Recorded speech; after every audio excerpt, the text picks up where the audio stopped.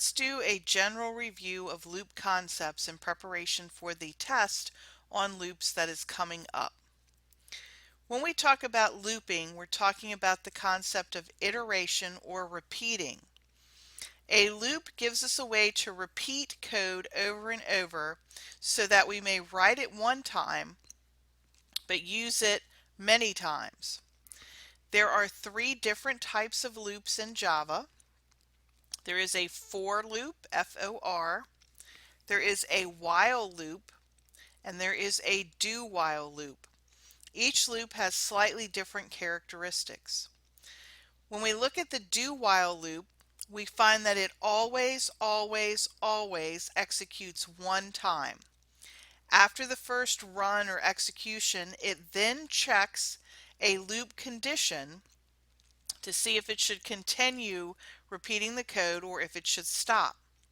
So we say that we can bank on the fact that a do while loop executes one to many times. It may execute once and stop depending upon the loop condition, or it may execute many more times, but it will always execute at least once. The general format of a do loop is the word do followed by an open brace, then one or more lines of code, then a closing brace once you end the statements that you want to be in the repeating loop, in the body of the loop. And then you have the word while, and in parentheses some condition that you're going to check, and if that condition evaluates to true, the loop will execute again. If the condition is not true, if it is false, the loop will stop. And this loop's a little weird because there's a semicolon right here, right after that closing paren. Now a while loop checks the loop condition before it ever runs. If the condition is true, the loop will execute at least once, possibly many times, until the condition becomes false. However, if the condition is false, the loop will never execute. So when the code is coming through, gets to the while loop, it checks the condition. If the condition is false from the get-go, the loop will never execute. So we say that a while loop executes 0 to potentially many times, because under certain conditions a while loop will never run. The general format of a while loop is while, and then in parentheses the condition that must evaluate to true in order for the loop to run, and then code that is going to run if that condition is true. If you have a single line of code that is going to be dependent on that if, you don't need the braces.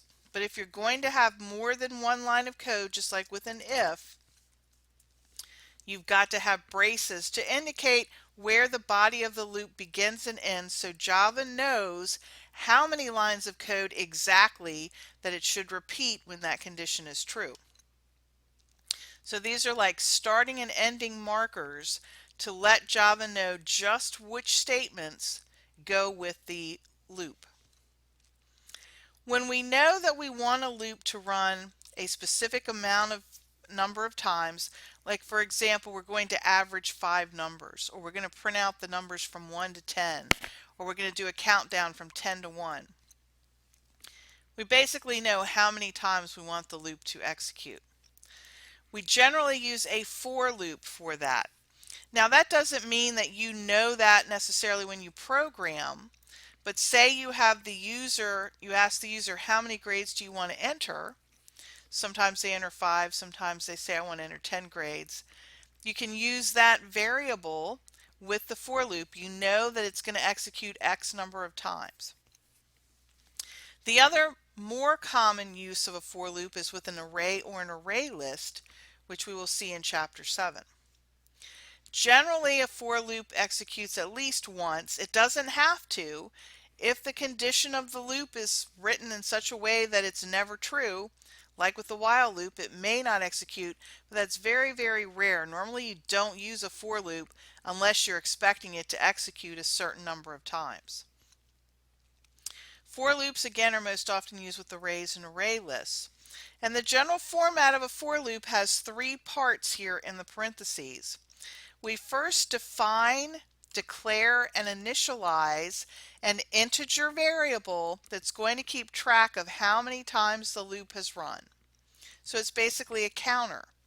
A lot of times people will actually call it counter. A lot of people will name it I. Some people will name it X. You can name it whatever you want. I have chosen to call it counter. Notice that I am actually declaring it here. I am specifying it's an integer, and of course it doesn't really necessarily make sense to count with a double. In this case, we're going to use whole numbers. We're going to loop one time or two times, not 1 3/4 times. So we establish the loop variable here. We declare it, and most of the time you'll start it with 0. Sometimes you'll start the counter with a value of 1. Then we put a semicolon. Then we put some condition that we'll have to evaluate to true in order for the loop to actually execute and keep executing, similar to a while loop. And we put a semicolon after that condition. And it generally is a condition that involves the counter, like counter less than 11 or something like that. And then finally we increment the counter, we bump it up, and generally we're adding 1 to it. With a for loop we're generally executing a set number of times, so each time it loops we bump the counter up by 1. But you can bump the counter up by whatever you want, 2, 3, 10, 20, you can count backwards. But if you want to add 1 to it each time that the loop goes to keep track of the number of times that it's gone, you can take the shortcut method and put counter plus plus. That's the same as saying counter equals counter plus 1. So generally in a for loop we would have counter equals 0, counter less than 11, for example, counter plus plus. And so the first time in, the counter's at 0. It would say, is 0 less than 11? Yes, that condition is true. Repeat the code that's in the body of the loop. When you get to the end of that code block, the end of the body, come back, bump the counter up by 1. Now the counter equals 1. Check the condition. Is 1 less than 11? Yes. Execute the loop again. When you get to the end of the loop body, add 1 to the counter. Counter is 2. Is 2 less than 11? Yes, that's true. It continues on until the counter gets to the number 12, and when that happens, 12 is not less than 11 and the loop stops. If you only have one line of code, you don't need braces, but if the body, just like with an if, is going to have more than one line, you need to put the braces to indicate the actual start and end of the loop body. So before we had loops, if we wanted to add up, say, 5 numbers, we would have to declare each one separately. Then we would have to have our sum variable, and we would perhaps add the first 2 numbers. Now we're going to set up number 3, set it equal to 2. Notice I started my numbers with 0 here. So num1 holds a 0, num2 holds a 1. Here my sum is 0 plus 1 or 1. Now I'm going to add a 2 to it. 1 plus 2 is 3, and so on. And notice I have to keep declaring variables, bumping up my sum, etc. If I have a loop, I can make this a little bit easier on myself. If I want to add up the numbers from 0 to 4, for example, notice that's 5 numbers, 0, 1, 2, 3, 4. I want to add those numbers up. One way to do it is with a for loop. And I'm going to abbreviate counter as CTR. Counter is 0. I want to loop as long as the counter is less than 5. So I'm going to add 0 plus 1 plus 2 plus 3 plus 4 and get the sum. And every time that this thing executes, I need to bump my counter up by 1 so that eventually counter becomes 5 and the loop stops. If I didn't do that, I'd have an infinite loop that would keep running forever and crash the compiler and potentially the computer. So now I can say, well, if counter is going from 0 to 1 to 2 to 3 to 4, and those are the numbers I want to add to sum, which I started at 0, that's one way I could do it. So as we're looping,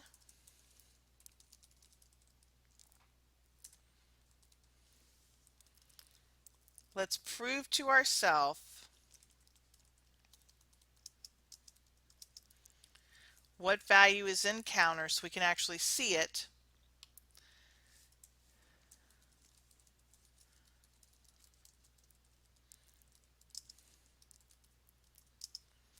And we can watch the sum increase as it loops through. And again, since I kind of have the idea that I'm going to add up a certain amount, a certain number of numbers, 0, 1, 2, 3, and 4, a for loop is a decent choice for this type of exercise. So as the counter goes from 0 to 1, the counter's at 0. When it starts out, I started the sum at 0. 0 plus 0 is 0. We come back up, check our condition. The counter is increased to 1. 1 is less than 5. It prints out the 1. 0 plus 1 is 1 in my subtotal. It bumps up the counter by 1. The counter is now 2. 2 is less than 5. And so on it continues until the counter gets to 4. It adds 4 to the sum, comes back up, adds 1 to 4 is 5. Counter has 5 in it. The number 5 is not less than the number 5. It's in fact equal to it. So that condition right there is no longer true and the loop stops. Now every for loop can pretty much be written as a while loop and vice versa. For and while are somewhat interchangeable. So if we wanted to write the same thing as a while loop,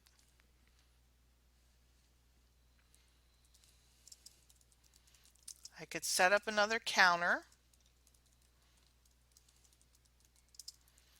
While my counter is less than 5,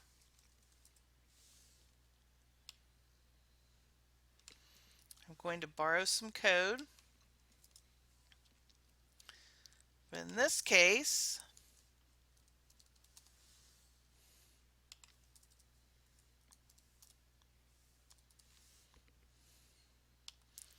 I'm going to change the variables because now my counter variable is different. I cannot use this CTR. Here's the thing about a for loop counter. That variable is actually declared when the for loop kicks off. It lives as long as the for loop is running, but as soon as the for loop stops and the next line of code outside of the body of the for loop is executed, that variable is actually destroyed. It no longer exists. So if I try to reference it outside the body of the for loop, I'm going to get told by the compiler that doesn't exist. I can't use it. With a while loop, I have to actually declare the counter as a separate variable which will exist throughout the run of the program. So I can come down here and I can reference counter and print it out because it is its own variable that I happen to be using in the while loop. But a for loop counter variable that is set up this way only lives during the for loop execution and cannot be referenced outside the braces or the body of the for loop. But this while loop will do exactly the same thing, and I'm running short on time. I only have 15 minutes, so hopefully out. But you can see where the for loop is kicking off. Oh, and I made the classic mistake of forgetting to increment my counter. The for loop nicely takes care of that for me. I forgot to do that. Critical line right there, very important. When you write a while loop, you have to manage the counter variable or you will get an infinite loop as I did. I have to make sure at some point counter becomes 5 or greater than 5 so the loop will stop. You probably won't get to see the run because I'm running out of time. But these two loops do exactly the same thing. Almost impossible to make a for loop infinite by accident. Extremely easy to make a while loop infinite by accident.